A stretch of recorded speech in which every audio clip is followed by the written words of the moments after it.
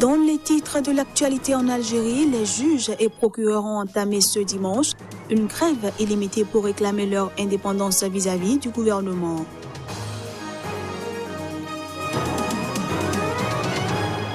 Selon les résultats officiels proclamés ce dimanche par la commission électorale, le président mozambicain sortant Filipe Nyusi a largement remporté la présidentielle du 15 octobre dernier.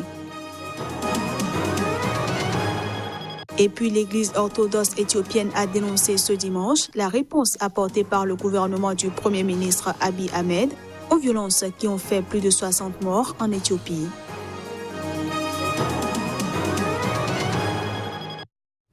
Ravi de vous retrouver en ce premier jour de la semaine. À toutes et à tous, bienvenue. Les juges et procureurs algériens ont entamé ce dimanche une grève illimitée. Ils entendent ainsi réclamer leur indépendance vis-à-vis du gouvernement. Les Toges Noirs, à travers le syndicat national des magistrats, ont entamé ce dimanche une grève illimitée pour réclamer l'indépendance de la justice et l'annulation du changement d'affectation de 3000 d'entre eux. Le taux de suivi de la grève est de 96%, a précisé dans un communiqué le syndicat national des magistrats. Cette organisation regroupe le premier noyau de magistrats ayant rejoint le mouvement de contestation qui secoue le pays depuis le 22 février dernier. Le ministère de la Justice s'est défendu en affirmant dans un communiqué que les changements contestés ont été validés à l'unanimité par les membres du Conseil supérieur de la magistrature. Ce conseil, qui n'a pas réagi dans l'immédiat, décide des nominations, des mutations et du déroulement de la carrière des magistrats.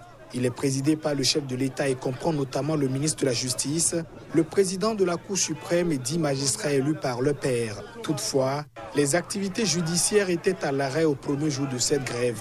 Dans la quasi-totalité des juridictions du pays, aucune audience ne s'est tenue. Si cette grève perdure, elle risque d'entraver le processus électoral en cours dans le pays, où une élection présidentielle est prévue le 12 décembre prochain pour élire un successeur à Abdelaziz Bouteflika, poussé à la démission début avril sous la pression conjuguée de l'armée et de la rue. Les juges sont notamment chargés de superviser le fichier électoral et de recenser les résultats du scrutin dans chaque municipalité. Toujours en Algérie, 22 prétendants veulent briguer le fauteuil présidentiel. Parmi eux, 2 anciens premiers ministres d'Abdelaziz Bouteflika. Le scrutin, prévu pour le 12 décembre prochain, est toujours contesté par les manifestants dans la rue. Tous deux septuagénaires, ils font figure de favoris de l'élection présidentielle qui est cependant contestée chaque semaine par la rue. Ali Benflis et Abdelmajid Tebboune sont 2 produits du système politique au pouvoir depuis l'indépendance de l'Algérie en 1962, dont l'actuel mouvement inédit de contestation demande le démantèlement. Le pouvoir a dû annuler, faute de candidats, un premier scrutin prévu le 4 juillet dernier. Âgé de 115 ans, Ali Benflis se présente depuis 15 ans comme le principal opposant du président déchu, dont il fut très proche. Limogé en 2003, Benflis se présente contre Bouteflika l'année suivante, en 2014. Il arrive chaque fois deuxième, très loin derrière le chef de l'État réélu, avec plus de 80% des voix. De son côté, Tebboune, 113 ans, a été haut fonctionnaire avant d'occuper ses premières fonctions ministérielles au début des années 90 jusqu'en 2002. Il est rappelé au gouvernement en 2012 et l'a dirigé en mai 2017 pour 3 mois. Le mouvement de contestation refuse que l'élection présidentielle soit organisée par le pouvoir aux mains des ex-figures des 20 ans de présidence Bouteflika, contraints à la démission en avril par la pression populaire. Au total, l'autorité nationale indépendante des élections, ANIE, a enregistré 22 candidatures. L'ANIE a désormais 7 jours pour statuer sur la validité de ces candidatures et publier la liste des candidats retenus qu'elle doit ensuite transmettre au Conseil constitutionnel. Ce dernier doit valider la liste définitive des candidats. Au Mozambique, l'élection du président sortant Filipe Nyusi pour un nouveau mandat de 5 ans a été confirmée ce dimanche par la commission électorale. Mais l'opposition dénonce des fraudes massives. Le président mozambicain sortant, Filipe Nyusi, du parti au pouvoir Frelimo, est élu pour un nouveau mandat de 5 ans après avoir recueilli quelques 73% des voix contre 22% à son principal opposant, Ossoufou Moumad de la Renamo. C'est ce que l'on peut retenir des résultats officiels proclamés ce dimanche par le président de la commission électorale, Abdoul Karimo. Dès l'annonce des résultats, Philippe Nyusi a adressé un message rassembleur devant ses partisans à Matola, à l'ouest de Maputo. Je veux faire part de mon respect pour les partis de l'opposition et tendre la main à mes frères Ossoufo Momad, Davis Simango et Mario Albino, mes adversaires. Nous devons travailler ensemble pour développer notre pays. Les Mozambicains se sont rendus aux urnes le 15 octobre pour élire leur président, leurs députés et leur assemblée provinciale. Le Frélimo a remporté 184 des 250 sièges à l'Assemblée en nette progression par rapport aux législatives de 2014 où il a obtenu 144 députés. Mais la société civile mozambicaine et les principales missions internationales d'observateurs ont dénoncé de nombreuses irrégularités dans le processus électoral, marqué par une participation d'un peu plus de 50% parmi les 13 millions d'électeurs inscrits. Dans l'opposition, la Renamo, dont Ossoufo Momad était le candidat, avait cependant appelé dès ce vendredi à la tenue de nouvelles élections, dénonçant des fraudes électorales massives et des opérations d'intimidation des électeurs. Des critiques émanent également de 8 membres de la commission électorale, qui dénoncent aussi des anomalies du processus électoral. Ces responsables estiment que le président de cette instance est au service du Frélimo, le parti au pouvoir. Ce journal se poursuit en Éthiopie. L'influente église orthodoxe a critiqué la réponse du Premier ministre Abiy Ahmed aux violences qui ont fait plus de 67 morts la semaine dernière. Récemment récompensé du prix Nobel de la paix, Abiy Ahmed a dénoncé ce samedi, après les violences, une tentative de provoquer une crise ethnique et religieuse. Au responsable de l'église orthodoxe Tewahedo, le père Marcos Gebre Eg Ziabre a déploré la passivité du gouvernement face aux violences qui ont fait plus de 60 morts la semaine écoulée en Éthiopie. Au cours de la messe de dimanche à la cathédrale de Sainte Trinité, le père Marcos a invité les fidèles à se défendre et protéger les biens de l'église. Des gens meurent et ils se demandent si le gouvernement existe vraiment. Les gens perdent espoir. S'ils viennent avec des manchettes, nous irons avec des croix. Le pouvoir appartient à Dieu et il nous aidera. Dieu est avec nous. La déclaration du Premier ministre Abiy samedi soir a été très décevante. C'était très faible. Il n'a pas mentionné les coupables et n'a pas montré de sympathie pour l'Église non plus. C'était une déclaration inutile. Voir le gouvernement agir de cette façon nous rend tristes. Des responsables de l'église orthodoxe ont rencontré le ministre de la Défense et le Premier ministre adjoint, a indiqué samedi la radio publique Fana sans détailler la teneur de leur entretien.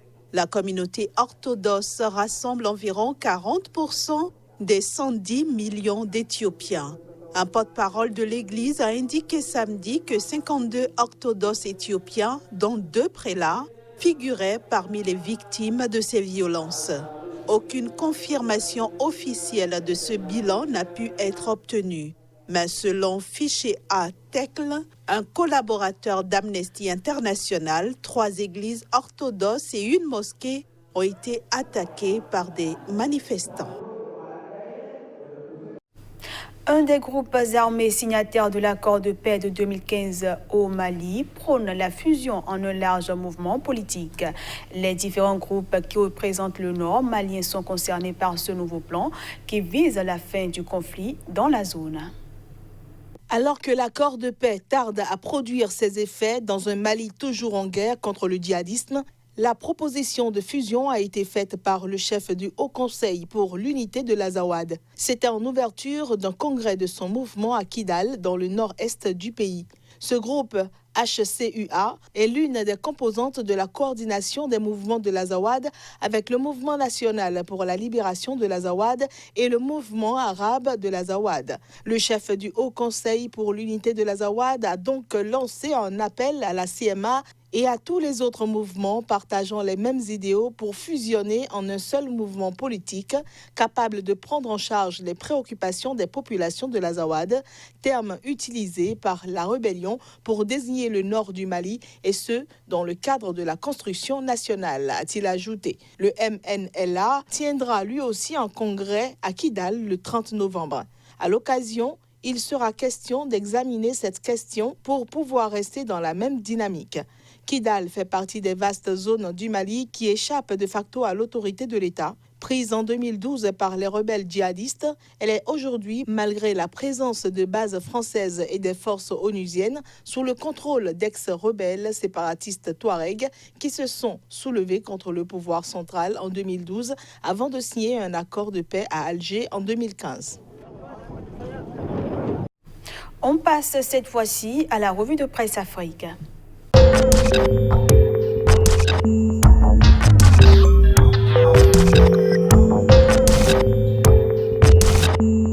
Au menu de la revue de presse Afrique du jour, une affaire de meurtre au Sénégal. L'AS titre « Le MFDC attaqué, Abdou Elinkine Diatta tué dans une fusillade ». Le quotidien plus précis, secrétaire général autoproclamé du mouvement des forces démocratiques de Casamance, MFDC, Abdou Elinkine Diatta abattu chez lui. Sud Quotidien sur la même actualité, Casamance, meurtre d'Elinkine Diatta par des éléments armés hier dimanche, parfum de chauffe au MFDC, le processus de paix en danger. Enquête s'intéresse à une autre actualité et titre, troisième mandat 2012 et 2019, les dissemblances.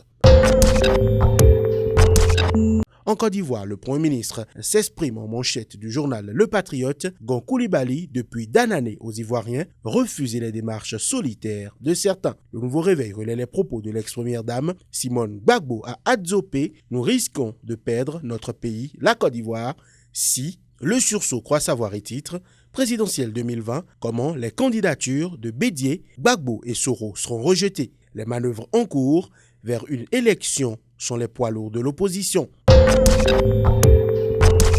Au Burkina Faso, l'Express du Faso titre Forum économique Russie-Afrique, rockback Christian Caboret face à la presse nationale et internationale. Le quotidien à présent, rassemblement de sursaut patriotique et de soutien aux forces de défense et de sécurité, forte mobilisation des populations aux côtés des FDS, des moyens roulants et des vivres pour soutenir l'effort de guerre. Autre titre avec le même journal, marche des OSC à Bobo, des manifestants dispersés à coups de gaz lacrymogène. Au Cameroun, enfin, le retour en jeu de Bolloré au port continue d'alimenter, encre et salive, le messager estimé titre port autonome de Douala, comment Ngongo a humilié Paul Biya. Le Tri-Hebdo le soir à présent à faire Bolloré, le Cameroun entre l'enclume et le marteau capitaliste. En 15 ans, Bolloré entend donner 62 milliards, tandis que la société TIL propose 357 milliards. Mais la voix du centre s'intéresse à une toute autre actualité territoriale. 16 sous-préfets refusent de prendre fonction, un refus qui serait lié, selon ce média, à une peur d'aller se jeter dans la gueule du loup. Ce sera tout pour la revue de presse Afrique. Merci de l'avoir suivi et à demain.